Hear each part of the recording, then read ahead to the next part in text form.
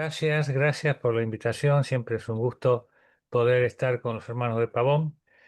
Eh, las iglesias de Pavón, como Caguazú, todas esas iglesias, especialmente para mí fue mi segundo hogar, después de la iglesia donde me formé allí en Turdera, porque allí recibimos tantas mensajes, tanta enseñanza de la palabra de Dios. Pavón siempre se caracterizó por las buenas conferencias, buenas reuniones, buenos estudios, y eso lo viví desde que tenía 11 12 años, después de los 16 17 o 18 que me bauticé, 17, y nunca me olvido de los buenos momentos.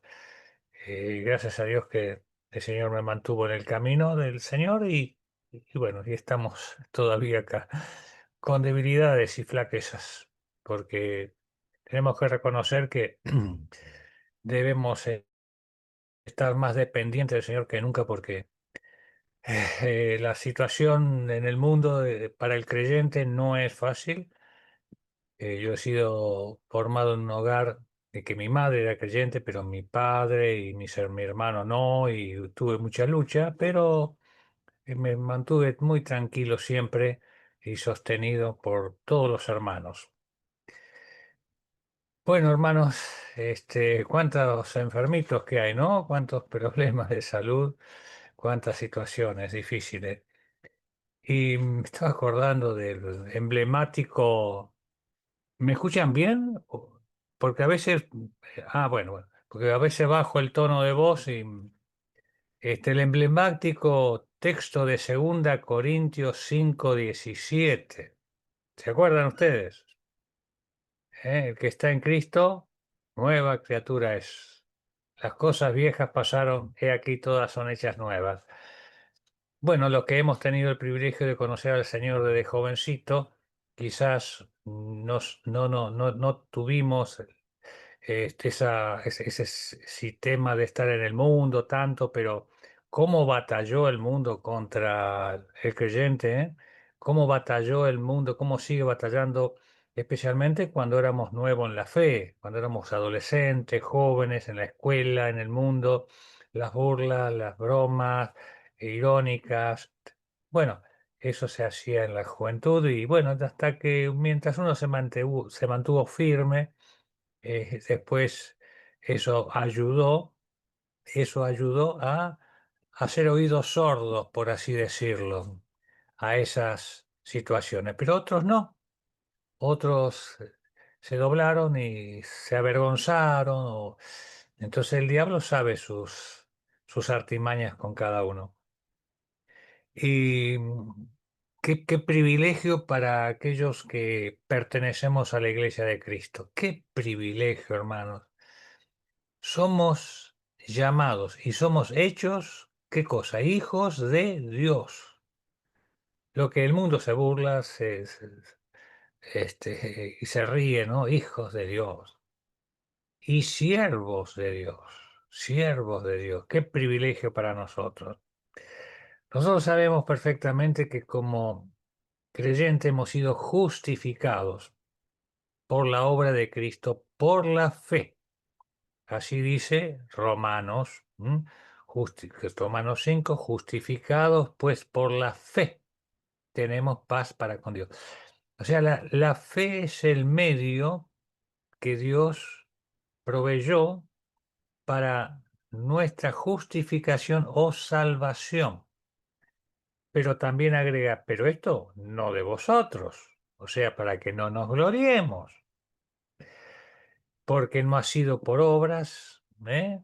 No ha sido por nuestras obras, ha sido por la obra de Cristo. Así que aún la fe que nosotros depositamos en el Señor tampoco es nuestra. Y así es que no solamente hemos sido justificados y hemos sido salvos por la fe, sino que debemos andar por fe. Por eso en Romanos al comienzo dice, somos salvos por fe y para fe. Ese y para fe a veces no se entiende muy bien qué significa.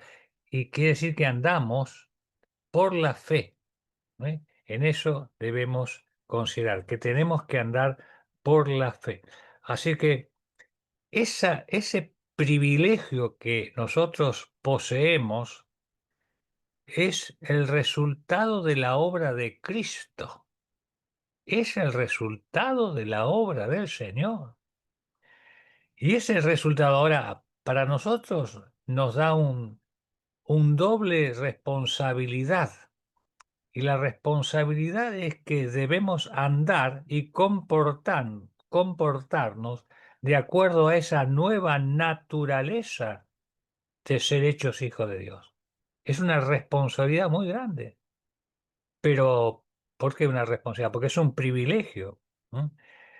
De haber creído en Cristo como nuestro Salvador. Y esta posición, y lo digo entre comillas, nos obliga, a una nueva dirección. Hay un antes y un después. En la vida del creyente hay un antes y un después. Y esto lo usamos mucho en este tiempo cuando tuvimos la pandemia, ¿no? Decimos, bueno, antes de la pandemia fue o después, decimos nosotros, ¿no? En la vida del creyente hay un antes y un después. Antes de conocer a Cristo y un después de haber conocido a Cristo. ¿Eh? El Señor lo dice muchas veces en su palabra. Yo tengo varios textos que me ayudaron a pensar lo que era un antes y un después. En Mateo, por ejemplo, no lo busquen, se los digo, simplemente que ustedes lo conocen. 5:20 dice, si vuestra justicia no fuere mayor que la de los fariseos, no entraréis en el reino de los cielos. Fíjense ustedes la responsabilidad del creyente. Nuestra justicia debe ser mayor. Está hablando a sus discípulos, el Señor. Primera Juan 5:20. Si decimos que tenemos comunión con Él, debemos andar como Él anduvo. ¿Eh?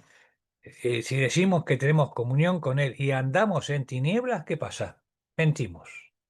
Después, Primera Pedro 1:15 dice, como aquel que os llamó es santo, sed también santos en toda vuestra manera de vivir. ¿Mm? Es un mandamiento, es una exhortación fuerte. Romanos 6:20. Porque los que hemos muerto al pecado, ¿cómo viviremos aún en él? Quiere decir que Pablo veía a muchos creyentes que vivían de esta manera, así que estaba indudablemente exhortando a muchos de ellos a dejar estas cosas. Todos estos pasajes nos habla de la nueva conducta, de la nueva manera de conducirnos del creyente. ¿M? Y la gente, ¿se acuerdan a Juan el Bautista? ¿Qué mensaje poderoso tendría Juan el Bautista? Era terrible. No era un hombre de milagros, pero su mensaje era tan poderoso que los mismos soldados romanos, cuando escuchaban a Juan el Bautista, decían, ¿nosotros qué haremos? Porque sabía que estaban en falta. Entonces le decía, el que tiene dos túnicas, dé al que no tiene, y el que tiene que comer, dé al que tiene. Eso lo manifiesta Lucas en su Evangelio. Así que, hermanos, hay un antes y un después. Hay un antes de la conducta que nosotros teníamos y hay un después. ¿Mm? También recordemos cuando el Señor ahí en el Sermón del Monte, capítulo 5, dice, así alumbre vuestra luz delante de los hombres, para que vean vuestras buenas obras y glorifiquen a vuestro Padre que está en los cielos. Bueno, estos pasajes, bueno, y hay muchísimos más, por supuesto, habla de la nueva relación del creyente con su Padre Celestial. Eh, para esto fuiste llamado, dijo Pedro. ¿Para qué? Para que sigamos sus pisadas. A la luz de estos pasajes, como hijos de Dios, tenemos privilegios que permiten irradiar la persona de Cristo, porque nosotros tenemos una misión en el mundo. La misión que Dios le ha dado a la iglesia es ir y predicar el Evangelio. ¿Cómo va a conocer el mundo de Cristo? A través nuestro, nuestra persona, nuestro testimonio, nuestra conducta, nuestro ser. A veces no es tanto el hacer, sino el ser. El siervo de Dios, dice Pablo, debe ser. No, no debe hacer, dice, debe ser. ¿Eh? Y da las cualidades que tiene que tener el siervo de Dios. Así que, ¿qué debe manifestar el creyente, el Hijo de Dios? La salvación y el señorío de Cristo en uno. Creer, ser salvos, ser hijo de Dios, es más que algo intelectual y más que algo mental. Porque a veces pensamos, bueno, que nuestra mente, nuestra aprobación. Yo veo en la congregación muchas personas que vienen y aprueban lo que Dios dice y saben que la palabra de Dios es verdad. Saben de lo que es el pecado, conocen y la aprueban. Pero eso no les cambia la vida, el concepto, el conocimiento que saben de Dios, sino que hasta que no se llegue al corazón y haya un cambio. ¿Eh? Es el Espíritu de Dios. Es lo que se requiere, evidentemente, es algo completo y perfecto, que es ese cambio que el Señor busca en cada uno de nosotros. La conclusión es que la fe, ese privilegio que tenemos, requiere, yo noté tres cositas, de las tres cosas que requiere la manifestación de la fe en la obra de Cristo, en la persona de Cristo. En primer lugar, una vida apartada. ¿Mm? La gente debe notar, debe evidenciar que nosotros tenemos una vida distinta. Un amor práctico.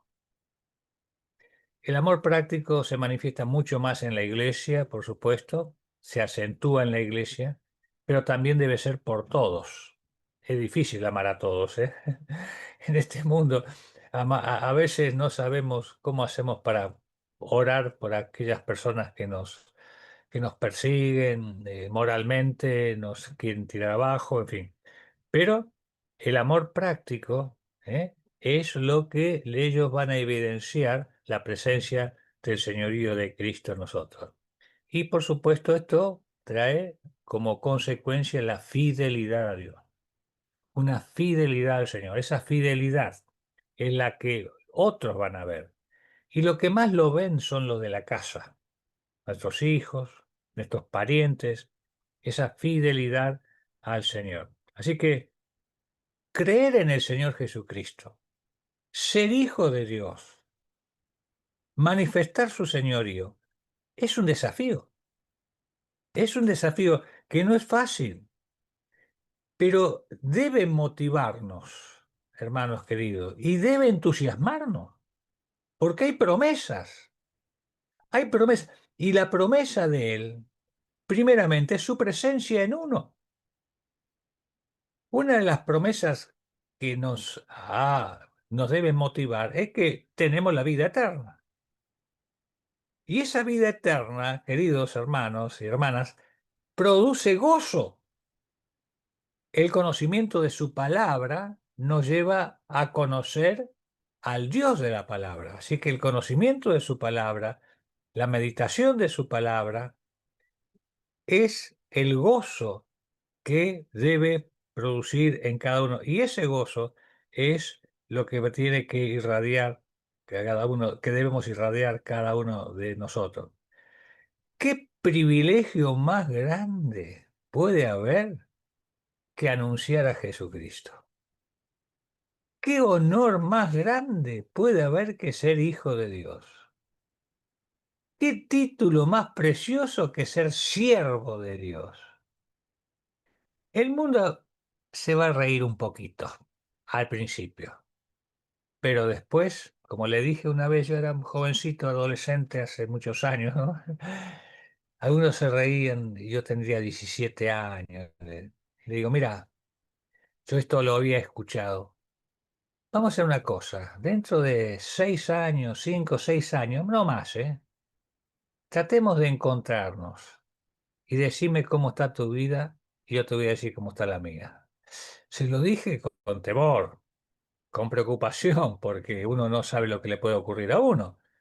Pero yo lo había escuchado esto en algún hermano una vez. Bueno, la vida de estas personas no saben lo que era. A los 20 y pico de años, 28 años, era un desastre, un desastre. Por supuesto, nunca nos encontramos, pero yo me enteré. Así como él también se debe haber enterado de mi vida en la iglesia, como él se burlaba o se reía. Así que, queridos hermanos, meditar en 2 Corintios 5:17 es muy actual. Las cosas viejas pasaron. ¿Qué es lo que pasó? No la enfermedad, ¿eh? No las circunstancias de esta vida van a ser similares, pero sí aquellas cosas que moralmente nos tiraban abajo, aquellas cosas que nos producían tristeza, ¿eh? Las cosas pasadas son ese hábito, ese modo de vida, ese hablar que teníamos y ahora ya no lo tenemos más. ¿Qué son las cosas nuevas? Justamente lo contrario. Son presentes desde desde el momento que hemos aceptado a Cristo como nuestro Salvador. En algún momento, el cambio es rápido, es brusco, en otros es un poquito más lento, ¿eh? Todo depende de la madurez de cada uno. Pero lo importante es saber una cosa, que ese viejo hombre que pasó sigue vivo, sigue vivo. Pero, ¿qué dice el apóstol Pablo?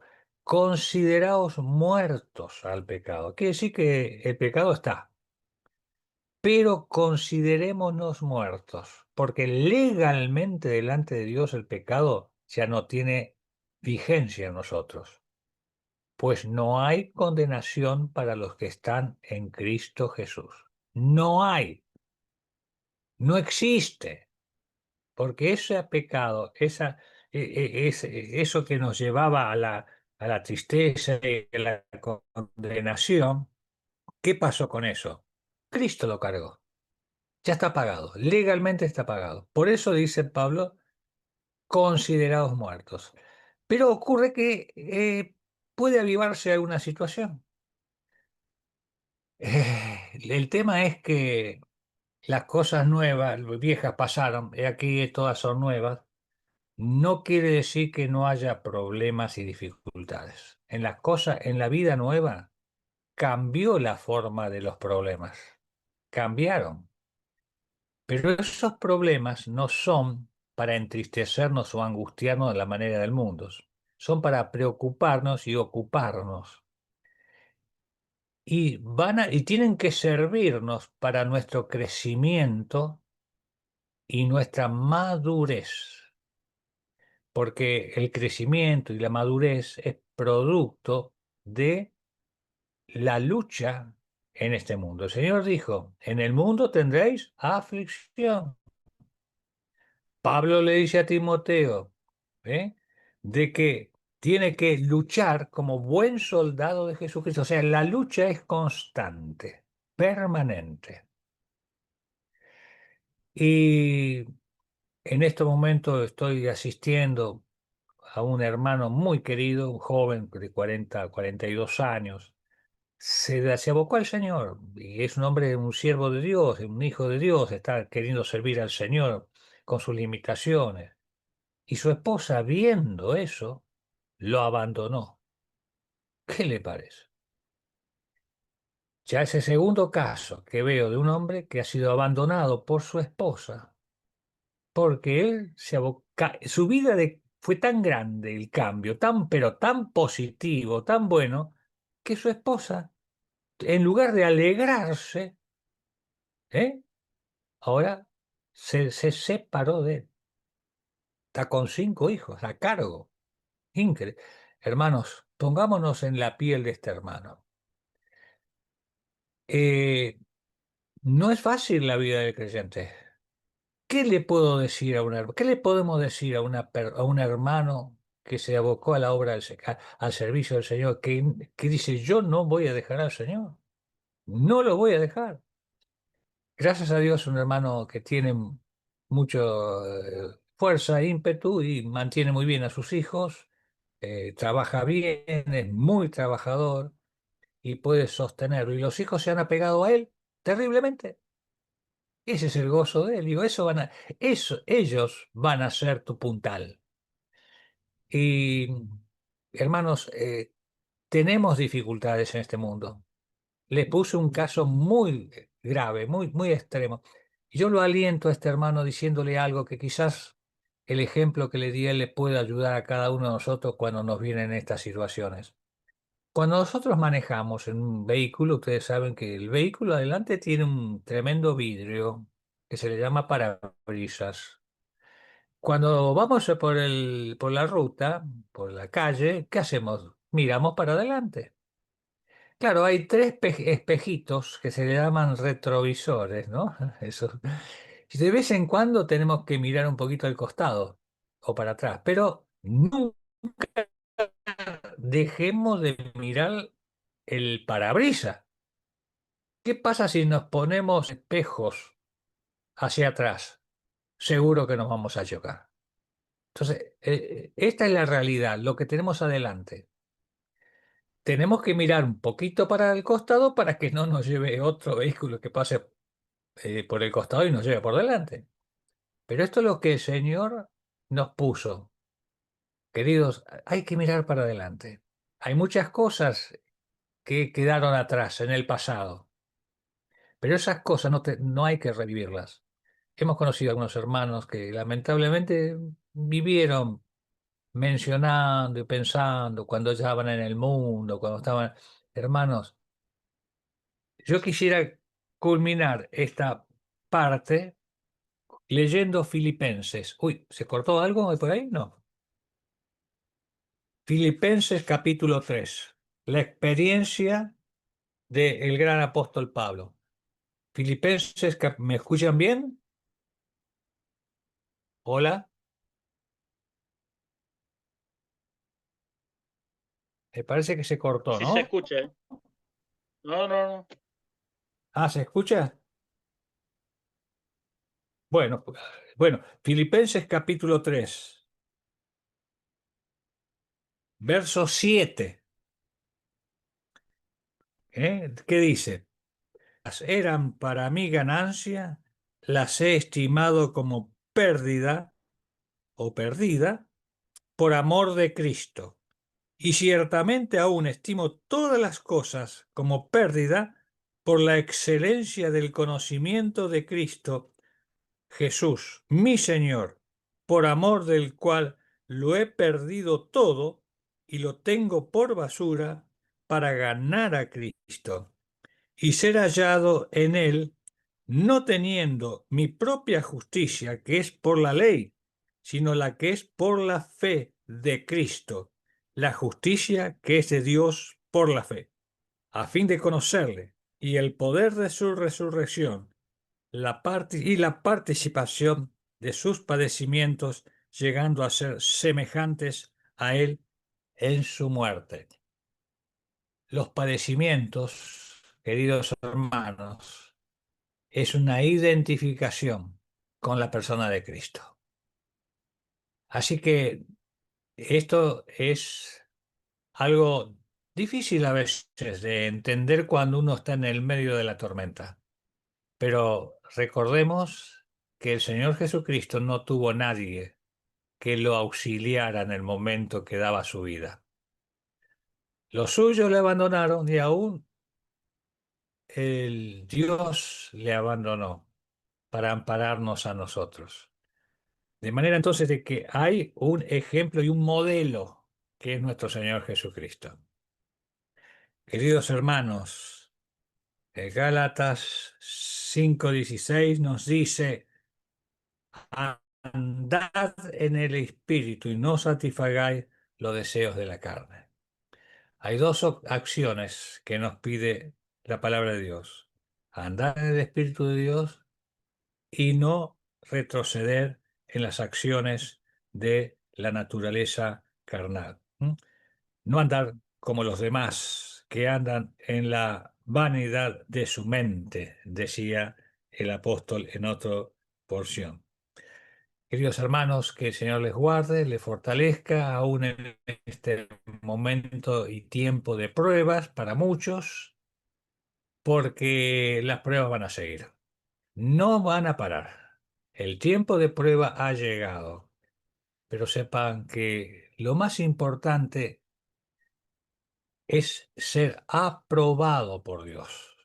Eso es lo más importante, ser aprobado por Dios.